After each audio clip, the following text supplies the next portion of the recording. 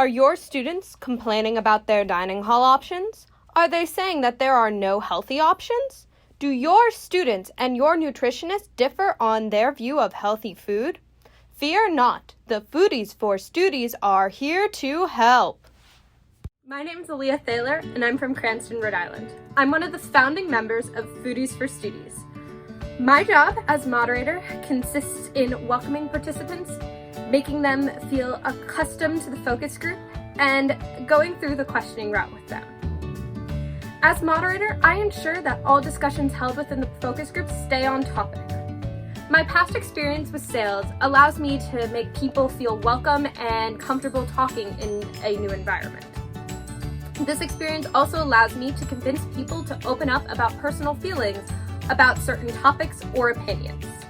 My experience with theater allows me to keep the control and attention of the room. My experience in taking a focus group class, as well as bottom-up research in Engine 1010, allows me to know what information is important to get out of the participants. Hi, my name is Carlos Perez. I'm from Quito, Ecuador, and have been working with Foodies for Stoodies for 3 months now. I currently also work in the Brown Daily Herald in their sales team. Using my personality and network of friends, I became a participant recruiter for Foodies for Stoodies. My job consists in finding participants and belonging to the Brown community to be part of our focus groups. Hi, my name is Billy Fuji. I'm also a participant recruiter. I'm from Tokyo, Japan. And at Brown, I'm part of the Brown Daily Herald, Club Tennis Team, and Japanese Cultural Association. Being a part of different clubs at Brown helps me actively recruit members for our focus groups. With my large network of people I have access to, I was asked by Foodies for Stoodies to be a part of their team. As part of our job, we actively try to make the composition of our focus groups even in genders and also include people with different dietary restrictions, and so that we get a holistic view of opinions from Brown students. Hello, my name is Michael Giannatasio and I'm the data analysis guy. I was asked to be a part of Foodies for Stoodies due to the statistical analysis classes that I've taken at Brown. Based on the notes during the focus group sessions, I draw up the main ideas from the information collected and summarize common themes. Hi, Brown University. I'm here to convince you to hire Foodies for Stoodies to learn more about your student body's opinions on healthy eating, healthy foods, and the dining options here on campus. We specialize in focus groups, both in person and online, as well as in-depth one-on-one interviews to get you the best possible results. We will work with you to create a one-of-a-kind, specialized questioning route to get you the results and answers that you are looking for. For example, some previous questions our former clients have used are: how important is healthy eating to you? A question like this targets how students prioritize healthy eating. It gets them to think about healthy eating in their daily lives. It also gets them to reveal the accessibility of healthy food. If one day a fairy waved her magic wand and turned all the dining halls into people, what would their gender be? What clothing would they wear? What would their diet and shopping habits look like? What would their favorite type of music be? And how would they get around town? Now, rank these personified dining halls in order of their healthiness. Why have you ranked them in this way? Though this style of question can seem funny, the answers from this can be very revealing. It reveals people's perceptions and gut reactions towards the dining halls themselves. It also makes it easier to rank them in regards to healthiness later on. We can also craft questions like, meet Alex. You have to keep Alex alive and healthy with only food offered by Brown Dining Services. How would you feed Alex in a day? Alex is an avatar for the participants. Alex allows the participants to talk about themselves without making it personal. This also allows the participants to reveal personal thoughts and issues with a level of distance. What do you think Brown Dining Services considers healthy food or healthy eating? This question allows participants to be blunt and to the point about their issues. This question comes at the end, so it does not influence previous questions. After analyzing our data, we have found that students, on average, rank the healthiness of the dining halls in the following order. Number 1, the Ivy Room. The Ivy Room was considered, on average, to be the healthiest of the dining halls due to its emphasis on plant-based and healthier types of food. Number 2, Andrews. Andrews was considered healthy due to the rotating area of its dining hall, pho at lunch, smoothie bowls on the weekends, and its salad bar. However, the pizza station did detract from students considering it to be the most healthy of all the dining halls. Number 3, Vernon Willey. Vernon Willey, or the V-dub, was considered to be in the middle on levels of healthiness. It very slightly squeaked out a win over the Ratty due to the fact that the majority of the people we spoke with believed that the quality and taste of the V-dub food was better than that of the Ratties, even though they were about the same in general health. Number 4, the Sharp Refractory. The Ratty was considered the 4th healthiest due to the wide variety of food. Although there are healthy options and people can eat a healthy diet, there are too many unhealthy options that become tempting and therefore take away from any health offered in this dining hall.